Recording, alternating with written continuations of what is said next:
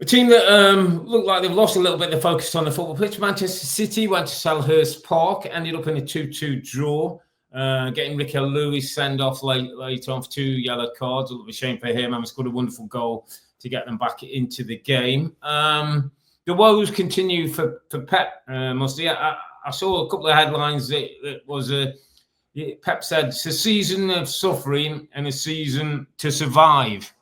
Not the kind of things we're used to hearing from Pep and his team, and obviously, the kind of run we've not seen him in his management career from the start of his days at Barcelona.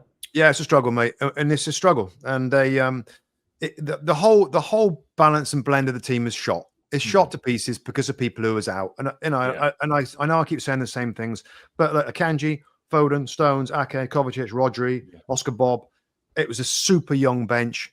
He always goes with a small squad, and this is one time it's tripped him up. It's tripped him up, and the balance of the team. Going back to my artists and soldiers, they're giving up so many chances. Like you can't, you're going to drop a lot of points. They're going to continue to drop points if they still got the same defensive kind of keystones out of the team. Players not playing at their best. You got Earle and Haaland scoring.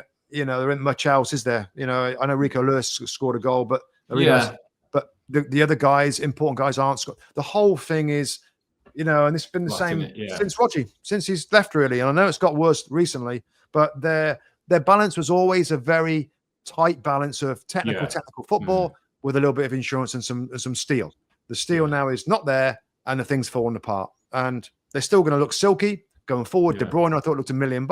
Kevin De Bruyne linking with Haaland again. But going the other way, they look open. They're like conceding every time the other team go forward, Rob. So it's more of the same. I mean, we've got to give credit to Crystal Palace. I was going to say, he's starting to turn it around, and it's starting to look a little bit more like the Palace we saw from last year, as they're starting to have a bigger influence. Wharton's apparently not too far off now as well. He'll be back into the midfield.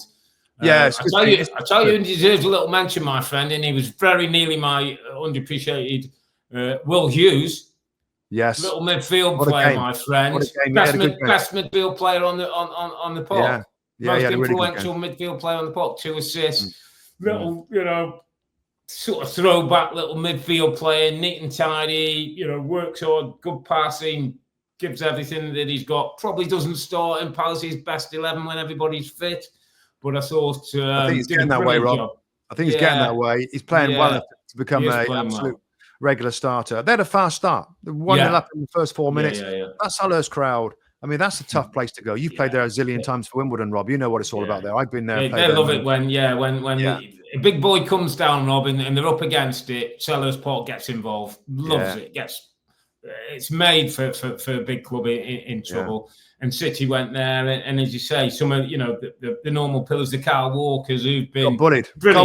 Got bullied for Lacroix's header. Yeah, he's been brilliant over a period for Manchester City, though. Right back, centre back, marking Mbappe and the likes in big games. But just another one off his game. And as you say, it's there's an over-reliance on the few players who have been fit. I know Pep talked of it. He said Rico Lewis, Bernardo Silva, Gundogan, Gavardio. Like, without them, he doesn't know where he'd be. They're having to play almost every minute of every game. Yeah, well, so the whole thing falls apart when they get more than a couple of injuries. And so do you wonder, Rob, we were talking about the Chelsea thing earlier, and it's a different look at the way that, football is now and squads.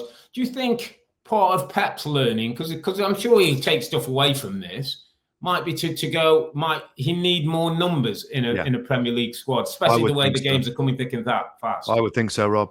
That's I would think so.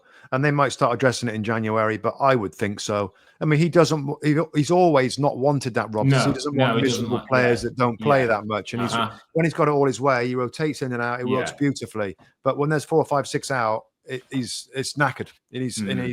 But going forward, mate, he might say, you know what, we got to have more than 20 odd senior pro. We've got to have more. And that might be something they address. But no, it's a good point. And I think that's something that he should seriously think about.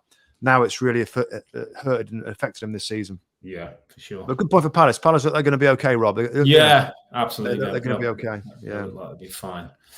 Hi there, I'm Rebecca Lowe, studio host of NBC's coverage of the Premier League. Don't forget to hit subscribe to watch more videos all season long. And if you want even more Premier League content, from original series to live matches, head over to Peacock.